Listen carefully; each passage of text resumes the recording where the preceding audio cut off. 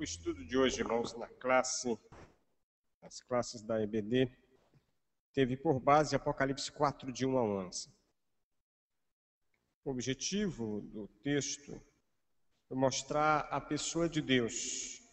É um texto escrito para confortar uma igreja perseguida.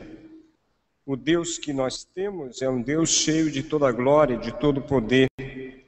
Diante do seu trono estarão todos os salvos de todos os tempos. Aqueles que não negaram a fé, mas mesmo diante da morte permaneceram fiéis. Na presença do Senhor nós colocamos tudo que temos, tudo que somos. As nossas coroas são depositadas aos pés do Senhor. Na verdade, irmãos, o nosso serviço a Deus, seja na vida pessoal, seja como igreja, está intimamente ligado à visão que temos de Deus. Uma visão correta da pessoa de Deus fará com que o nosso serviço também seja um serviço correto, um serviço de excelência. Só para os irmãos terem uma ideia desta ilustração, olhando a parábola dos talentos, Mateus 25, os irmãos percebam que aquele que recebeu apenas um talento, enterrou. E quando o Senhor veio para prestar contas,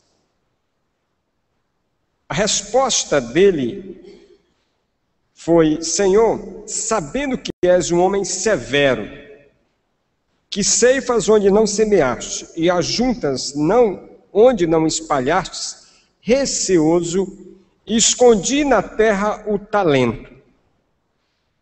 Aqui tens o que é teu. Observe que a atitude dele, o serviço dele, a maneira dele usar o talento recebido, estava intimamente ligada à visão que tinha do Senhor, de Deus. E a visão dele era equivocada. Uma visão errada. A atitude errada daquele servo se deu por conta da concepção errada de Deus. Há uma relação muito direta entre o que fazemos e o que pensamos e imaginamos de Deus. A relação daquele servo com o seu Senhor, o seu serviço era algo feito por medo, não por temor. A visão era de um Senhor carrasco, rigoroso, injusto. E ele ainda dizia que o conhecia. Senhor, eu te conhecia. Não conhecia. Se conhecesse, não teria enterrado o talento. A visão estava distorcida do Deus ou do Senhor que ele tinha. Muitos de nós permanecemos infiéis a Deus porque a nossa relação com Ele parte de uma visão equivocada de quem é Deus. Para alguns a relação é esta, é uma relação de medo. O que fazem, fazem por medo, por pavor. Medo de não serem castigados. Portanto, não é uma relação de amor, de companheirismo, é de temor. Temor no sentido de medo. Outros mantêm uma relação com Deus, uma relação de suborno, no sentido de eu estou fazendo, mas estou esperando que o Senhor me dê em troca. Então a visão que tem de Deus é uma visão de um Deus que negocia, de um Deus que abençoa mediante favores. Fazem algo para receber em troca. É uma relação comercial, mercantilista. Fazem de Deus uma poupança, uma aplicação financeira. As únicas bênçãos que conseguem enxergar de Deus são bênçãos materiais. São coisas, carro, celular, apartamento, saúde. Mantém com Deus uma relação de troca. É a mesma relação que tinha com os santos na época de perdido. Eu peço e prometo, e o santo se obriga a fazer para que eu cumpra a promessa. Então a fidelidade é condicionada à bênção. Uma visão mesquinha de Deus. Eu quero compartilhar com os irmãos uma ilustração deste exemplo que estou falando, a partir da experiência que Jesus teve com duas irmãs, que está relatado no livro de Lucas, capítulo 10, versos 38 a 42. E eu queria que os irmãos notassem na atitude das duas irmãs como a visão que elas tinham de Deus, do Senhor, influenciava na maneira de servi-lo. Vejam o texto. Ora, quando iam de caminho, entrou Jesus numa aldeia, e certa mulher por nome Marta o recebeu em sua casa. Tinha esta uma irmã chamada Maria, a qual, sentando-se aos pés do Senhor, ouvia a sua palavra. Marta, porém, andava preocupada com muito serviço, e aproximando-se disse: Senhor, não se te dá que minha irmã me tenha deixado a servir sozinha? Dize-lhe, pois, que me ajude. Respondeu-lhe o Senhor: Marta, Marta, estás ansiosa e perturbada com muitas coisas. Entretanto, poucas são necessárias, ou mesmo uma só. E Maria escolheu a boa parte, a qual não lhe será tirada. Vejam, os irmãos, estes dois exemplos. Jesus estava próximo aí à cruz, 4 meses aproximadamente, precisava de um local onde ele pudesse pensar, refletir sobre o que estava por vir, e a casa de Marta e Maria era um lugar onde ele sempre fazia isso. Um lugar tranquilo, onde ele podia, de certa maneira, descansar. E ali estava o Senhor. E as duas irmãs o recebem. E a atitude das duas revela muito bem o erro que cometemos quando temos uma visão errada de Deus e fazemos a obra de Deus de maneira errada. De um lado, nós temos um serviço sem devoção, um serviço sem adoração, um serviço sem o reconhecimento da pessoa de Cristo. Marta amava Jesus, amava tanto quanto Maria. Não era a quantidade do amor que estava em jogo, era a qualidade desse amor. Na verdade, o texto bíblico mostra que ela saiu ao encontro de Jesus na aldeia e o recebeu em casa com alegria. Ela não amava menos, apenas não amava melhor. Muitos de nós amamos e servimos ao Senhor, porém não da melhor maneira. Quando fazemos a obra dele, fazemos muitas vezes sem devoção. Não estamos fazendo da maneira que deveríamos fazer. O Senhor deseja de nós o serviço, mas deseja um serviço que tenha devoção, o reconhecimento da sua pessoa. Quando fazemos o serviço sem devoção, chegamos ao trabalho de enfado, a um serviço cansativo. O texto diz que Marta estava preocupada com muitos afazeres. Marta se via arrastada em muitas direções, dividida, levada de um lado para o outro, preocupada em dar ao Senhor o melhor, mas estava tão preocupada que esquecia da pessoa do Senhor. Que diferença de Maria?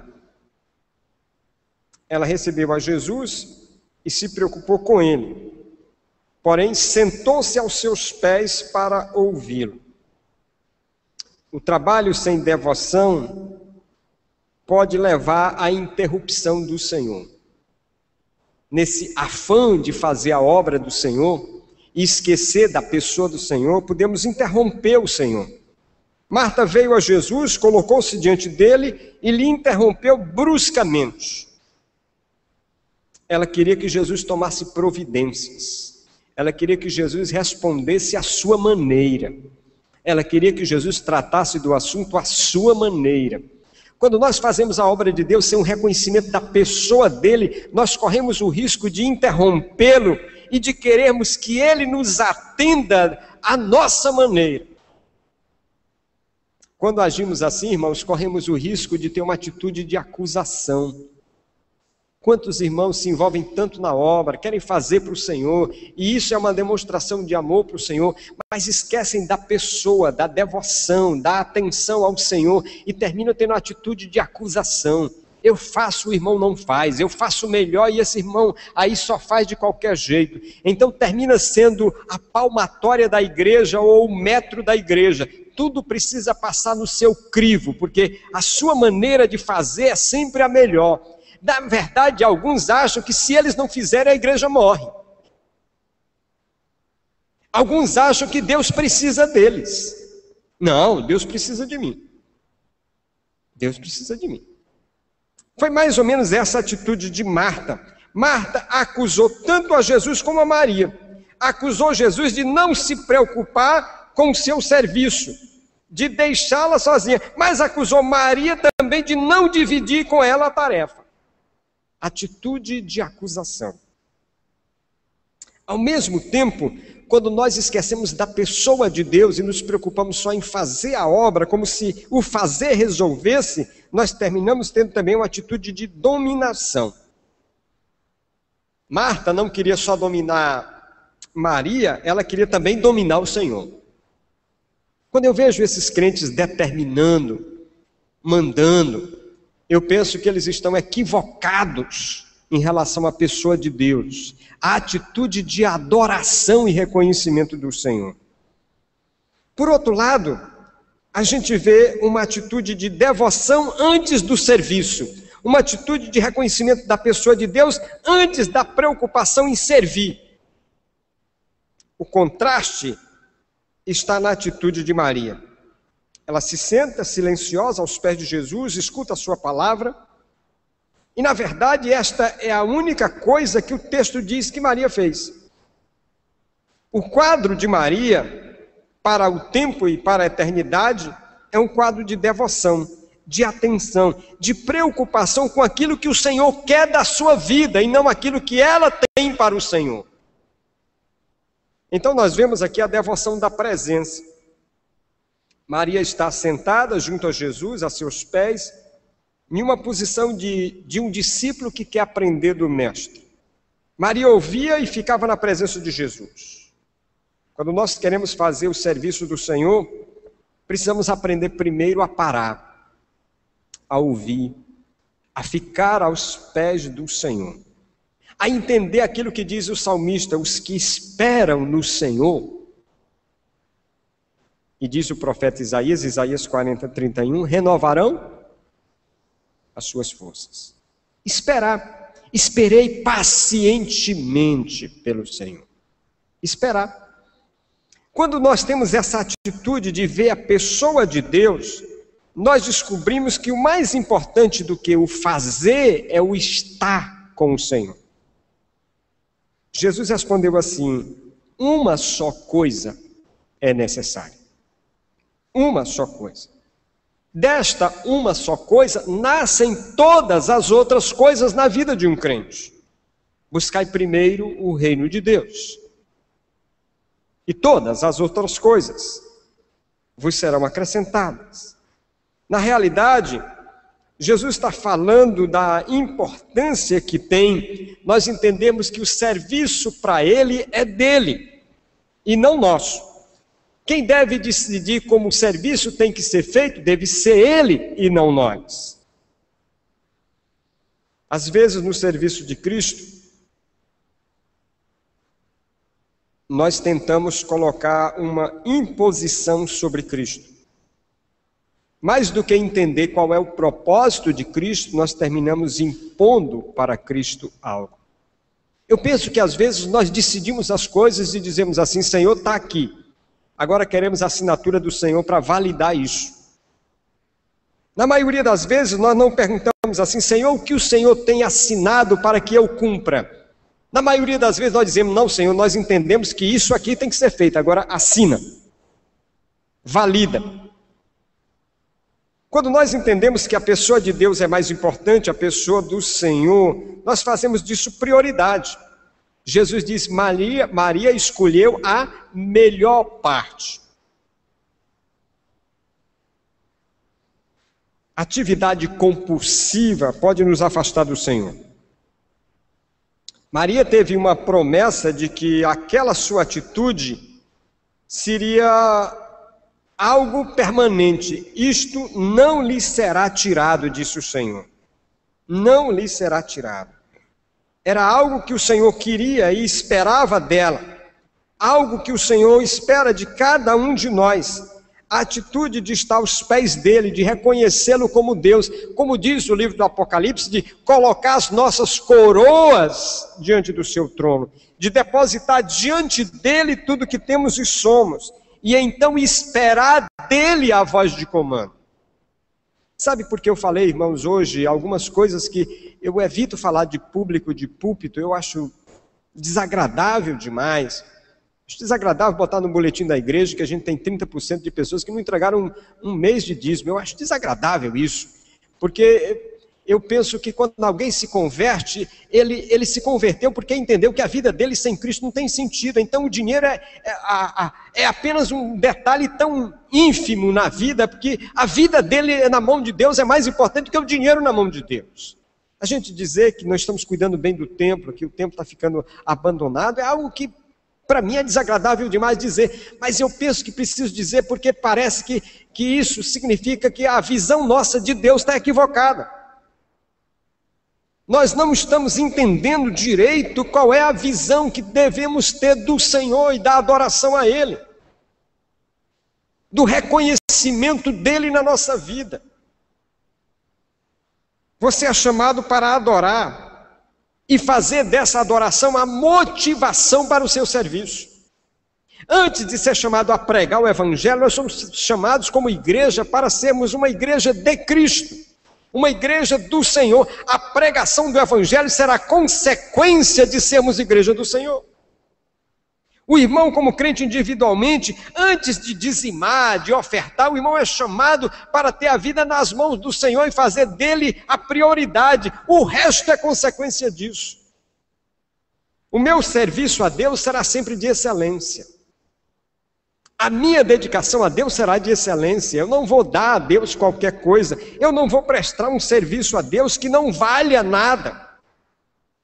Mas quando a nossa visão é equivocada de Deus, nós fazemos como aquele servo, enterramos o que temos, e quando o Senhor presta conta, a gente diz, olha Senhor, é porque eu fiquei com medo que o Senhor é rigoroso demais, o Senhor cobra demais e eu não ia aguentar.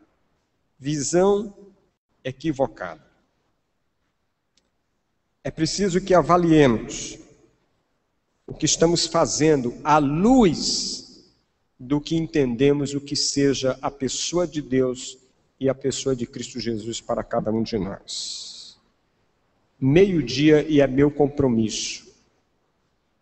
Deus, obrigado por essa manhã, pela Tua palavra que estudamos e aprendemos aqui, que ela frutifique nas nossas vidas e nós entendamos claramente que somos do Senhor, vivemos para o Senhor e tudo que temos e somos pertence ao Senhor.